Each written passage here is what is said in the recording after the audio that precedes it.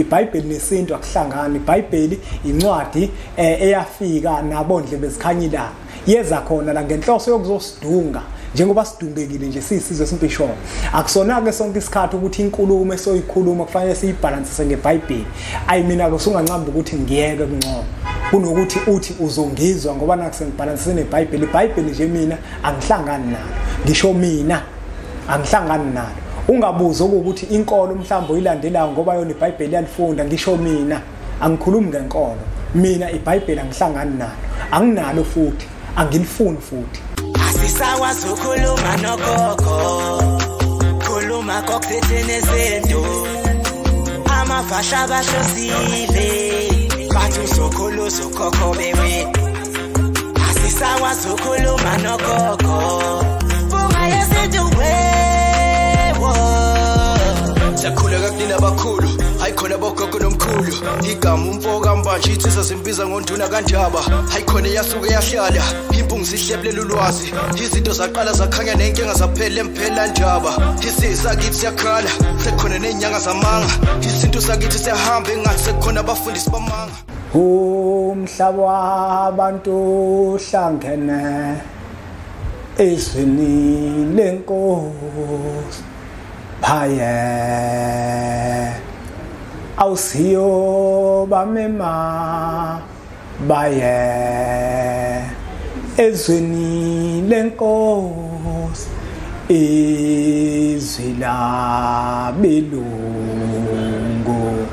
thina siyo bagwaza ngezikhali zethu baye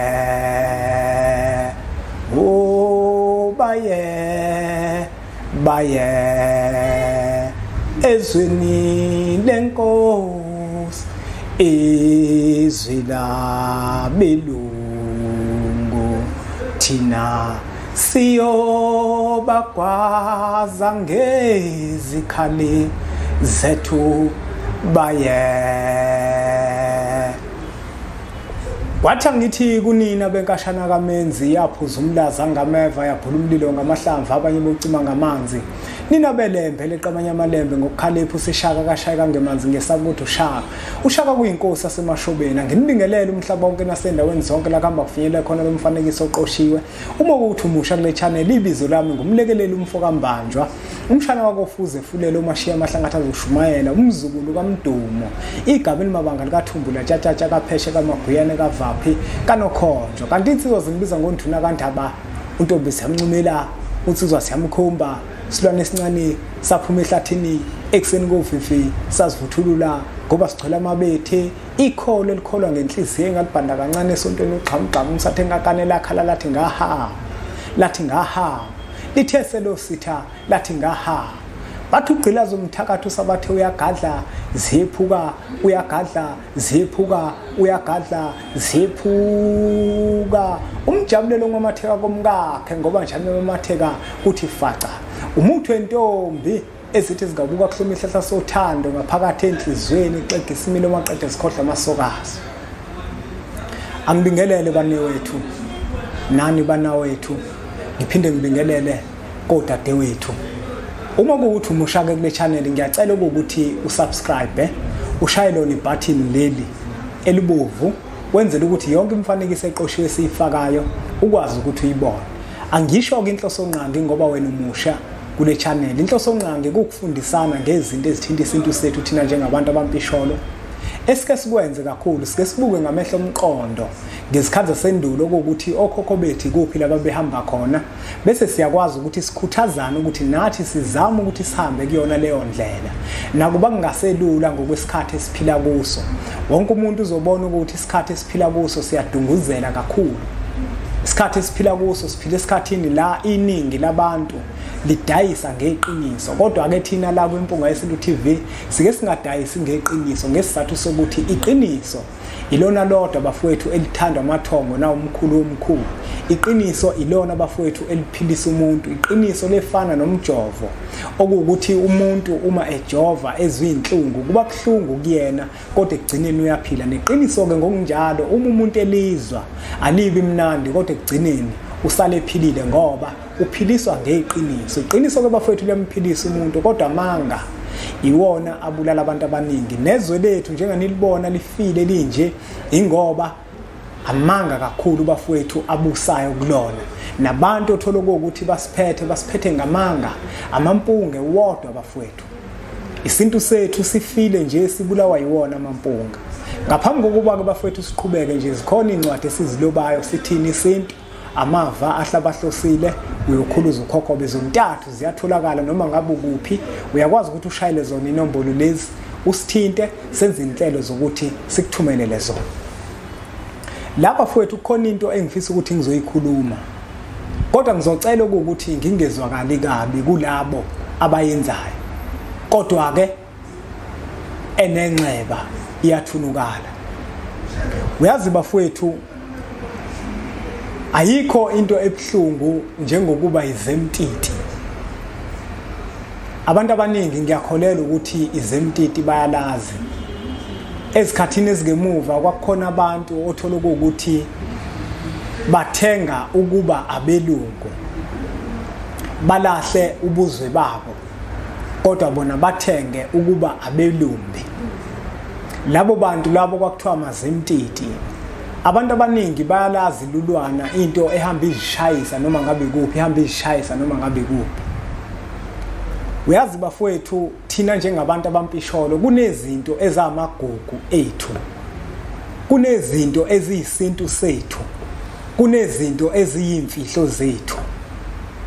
Nangelilodwa ilanga la uyobona khona impunga yesintu makade yenza umsebenzi isiqophele ihambe yaya kothwebula lapha emsamo, iyabuya yazokufakela la kumabona kude wayo. Nangelilodwa ilanga ngeke kubone lokho kwenzeka, ngoba emagcekeni akofuze la ngiguqa khona emsamo kunezinto zakhona ezilapha emsamo ezamagugu ethu, kunezinto zethu eziyimfihlo zasekhaya. Kukhona izikhali lapha emsamo, khona yonke into, izikhali ezisetshenziswayo. Kube khona izinto ezithile ezisetshenziswayo nezinto ezithile ezikhona khona lapha. Manje angikwazi mina ukuthi ngahamba ngothwebula emsamo bese ngibuye ngisabalalise izwe lonke. Naku-ke lengifisa ukuya khona, kunento eyiphutha elikhulu bafowethu esiyenzayo thina abantu, othola ukuthi sifundisa abantu izinto zesintu. Impunga yesintu uma ikhuluma isintu, ikhuluma isintu bafowethu sethu thina abantu abampisholo. Kube khona nabanye abantu othola ukuthi bakhuluma isintu sethu thina abantu abampisholo.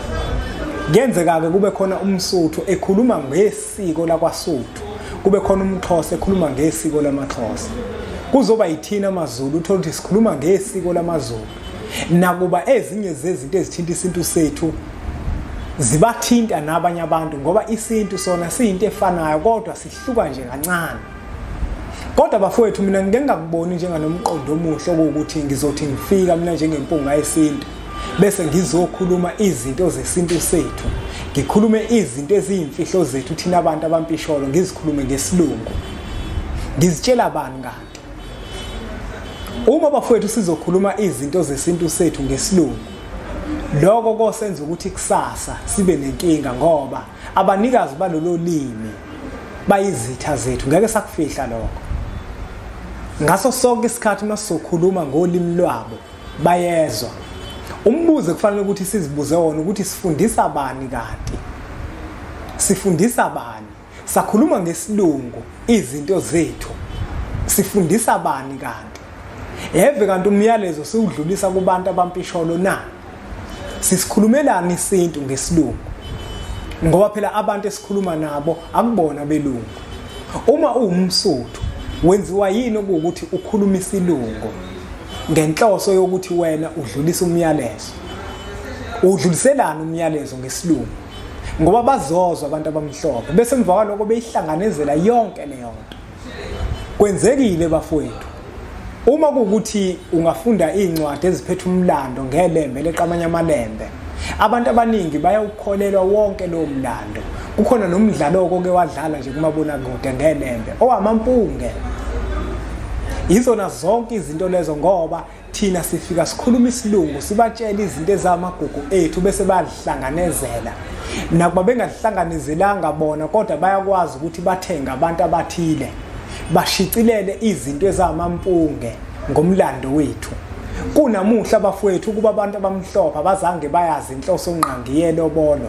Angabi ilobolo umuntu usakwazi ukuthi akhiphe imbuzi zibe 3 ahamba ekolobolo, akhiphe inkomo ibe yinye ahamba ekolobolo athatha umfazi. Angaba abanewethu baganiwe ukuba kuzange izinto zilahleke zitshelwe abantu abamhlophe, ngoba abantu abamhlophe izinto zethu bayadihlanganezela. Ingakho uSietophilus Shepstein akwazi ukuthi ayishintshe yonke lento. USomtsewu walishintsha ilobolo laba yinkomo eziyishumi 1. Laba impoqo futhi ukuthi ilobolo liyinkomo eziyishumi 1. Ayikho esintwini sethu leyo, kodwa umkhuba kaNdlebe zikhanya ilanga. Ukuba uNdlebe zikhanya ilanga abantu abazange bamxoxele, wengeka yazi leyo nto. Thina ngokwesintu sethu into engahlelekile ayifuneki. Awafuneki amadoda aganana wodwa, abafuneki besifazana abathandana bodwa, abafuneki abesifazana abathandana bodwa. Kodwa uma thina sizokukhuluma ngesilungu sikuveze lokho, kuzokwenziwa indlela ethile ukuthi lokho kugunyazeke ngenhloso yokusibulala isintu sethu, ngenhloso yokubulala thina abantu abampeshona. Mina ngiyayikhuza lento bafowethu ngingelutho, ngiyimpunga yesintu, okuthi bafowethu ake sizameni ukuthi ulimi lwethu lwebele silithande. Omunye umuntu kangasho ukuthi bakhona abantu abangasizwe isiZulu, bakhona abantu abangasizwe isiSuthu, bakhona abantu abangasizwe isiXhosa. Lo muntu ongaluzi ulimi lwakhe lwebele akaziboni yini ukuthi unenkinga. Wena njenganomzali uyikhulisa kanjani ingane ukuthi ingalwazi ulimi lwayo lwebele? Ngoba ulimi lwayo lwebele luyiveza ukuthi yona iubani, luyiveza ukuthi yona isuka kuphi, liveza impande zayo ukuthi yona impande zayo zikuphi. Uma ke manje thina sabazali sizoziqhenya ngokuthi ingane zethu azilwazi ulimi lwebele sithi senzane. Asiboni ingane ukuthi sesiphenduka amazemtiti, siphenduka amalulwane into ehamba izishayisa noma ngabe kuphi. Kubalekile ke bafowethu ukuthi isintu sethu sithi sisigcina, kodwa nolimi lwethu singalilahli, ngoba ulimi lwethu bafowethu ilona esolukhuluma emisamo yasemakithi. Emisamo wakini ngeke ufike ukukhuluma isilungu, ngoba kukhona amakhehla amadala ayinzala abantu angayingeni indaba yesilungu, noma ngaze kuthiwe okhokho bakho babekade befundile besazi isilungu besivetkeza. Kodwa ngale kwelamathongo akukhona emhlabeni, ngale kwelamathongo kukuboka qiniso. Asikhulunye isilungu ngale, ukhulunya isiZulu uma uwumZulu, kukhulunywa isiXhosa uma uwumXhosa, kukhulunywa isiSuthu uma uwumSuthu. Yingakho ke kubalekile ukuthi ngaso sonke isikhathi masithatha umyalezo siwudlulisele kulabo bantu, asiwudlulisele ngezilimi zethu. Laba fowethu kwimpunga yesintu TV isilungu asivumelekile. Nabanewethu abake bafike, nabanawethu bezodlulisa umyalezo othile kwimpunga yesintu bezofundisa, ngike ngibatshele ukuthi isilungu asivumelekile. Akufanele ukuthi mawukhuluma ugcine usufaka igama lesilungu, asikuthandi lokho. Kodwa ke kuyenzeka kwabanye bagcine bewaphimisa lawo magama, kodwa esingakufuni ukuthi umuntu akhulume isilungu. Isilungu asikhulunywa la. Baningi ke abantu abaseza kwimpunga yesintu TV, kukhona beSuthu abasazoza ngenhloso yokuzophilisa abantu ababeSuthu, kukhona abaXhosa, kukhona abaTswana, kukhona amaVenda. Sisahlela siyimpunga yesintu ukuthi labo bantu sikwazi ukuthi sibameme bezela kwimpunga yesintu TV, sizokwazi ukuthi nabo bafundise labo bantu othola ukuthi bayathinteka, ngoba impunga yesintu TV i-channel yabantu bonke abampisholo, hayi abelungu. Isilungu nje la cha, asisithandi isilungu. Umuntu mezofika sihlala naye phansi nje simtshele ukuthi cha ke la njengoba nje sizokwazi ukuthi sixoxe nawe, siyacela ukuthi isilungu ungasifaki. Yani iBhayibheli futhi angilithandisisi kahle, kodwa koza kwethu ngeke ngibavumele mabefuna ukuthi bacaphune iBhayibheli, kodwa iBhayibheli nalo hayi asilithandisisi kahle, ngoba nalo ilona leli lahla abantu labadukisa. Lona ladukisa abantu iBhayibheli nala silithandisisi kahle ukuthi kuzohlezi kucashuna izinkulumo esizikhuluma ezithinta isintu bese sizibalansise ngeBhayibheli. Cha, iBhayibheli nesintu akuhlangani. iBhayibheli incwadi eyafika nabondle bezikhanyilanga, yeza khona la ngenhloso yokuzosidunga njengoba sidungekile nje sisizwe simpishona. Akusona ke sonke isikhathi ukuthi inkulumo esoyikhuluma kufanele siyibalansise ngeBhayibheli. Ayi mina ke usungancamba ukuthi ngiyeke kungcono. kunokuthi uthi uzongizwa ngoba nakusengibhalansise neBhayibheli. iBhayibheli nje mina angihlangani nalo, ngisho mina angihlangani nalo. Ungabuza ukuthi inkolo mhlawumbe oyilandelayo ngoba yona iBhayibheli yalifunda, ngisho mina angikhulumi ngenkolo. Mina iBhayibheli angihlangani nalo, anginalo futhi, angilifuni futhi, angisabi-ke futhi ukusho lokho. Noza kwethu ngibatshela ukuthi hayi akho iBhayibheli mina ngalithenga, angilithandi ngoba incwadi engingayazi ukuthi yabhalwa ubani, incwadi futhi engiyiqondayo ukuthi ukufika kwayo la kwangekona ukuzokwakha kodwa kwakukuzoxova njengoba sixovekile nje. Omunye iBhayibheli uyalifunda athi isiko alifuneki, efunda lona iBhayibheli. Omunye ayifunde futhi athi isiko liyafuneka, bagcine sebexabana bodwa labantu.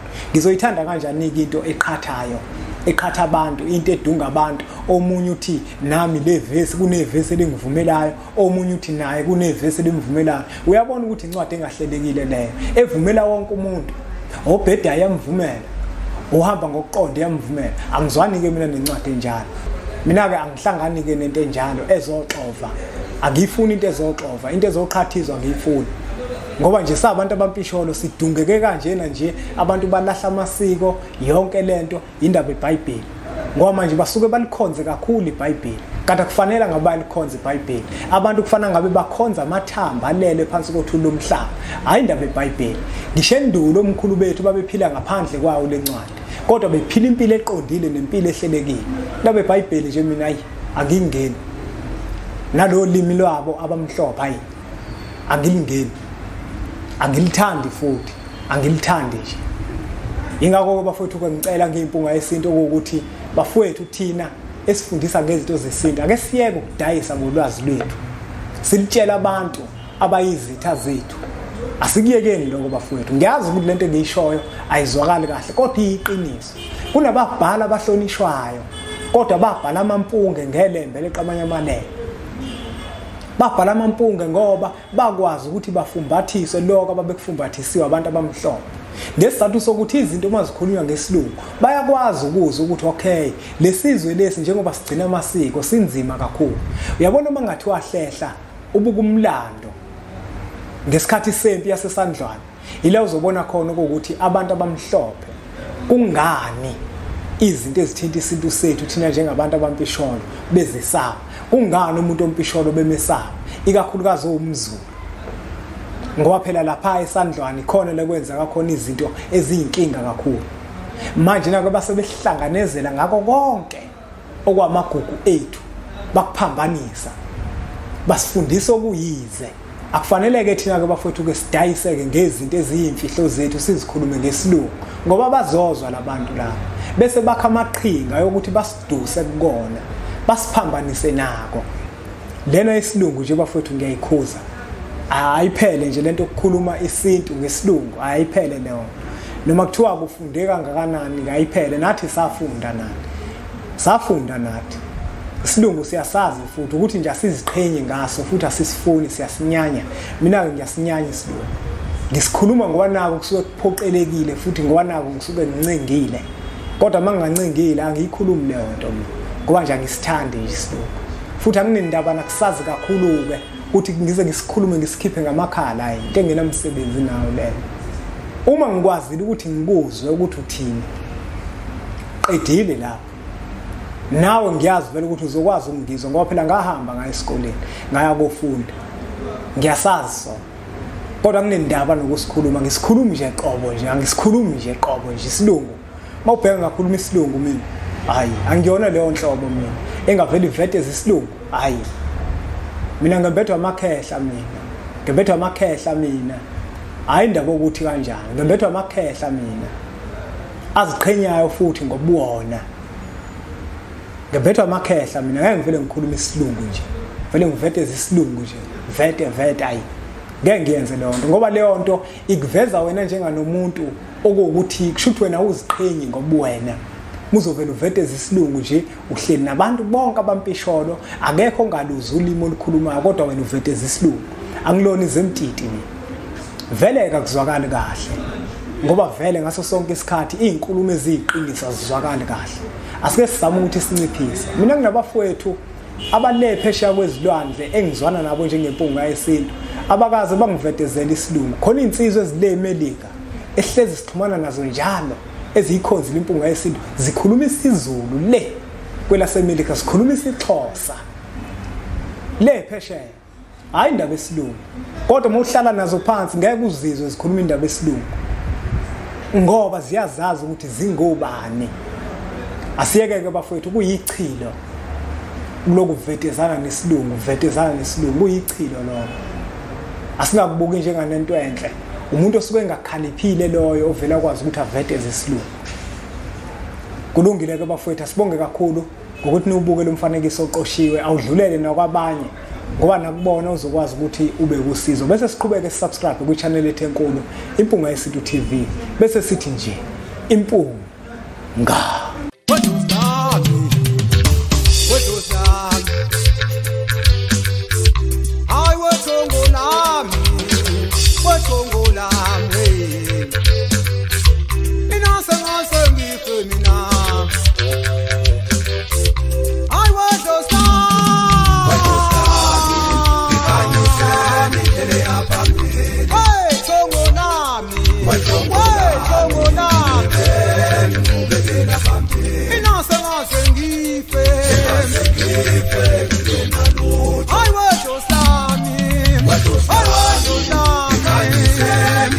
I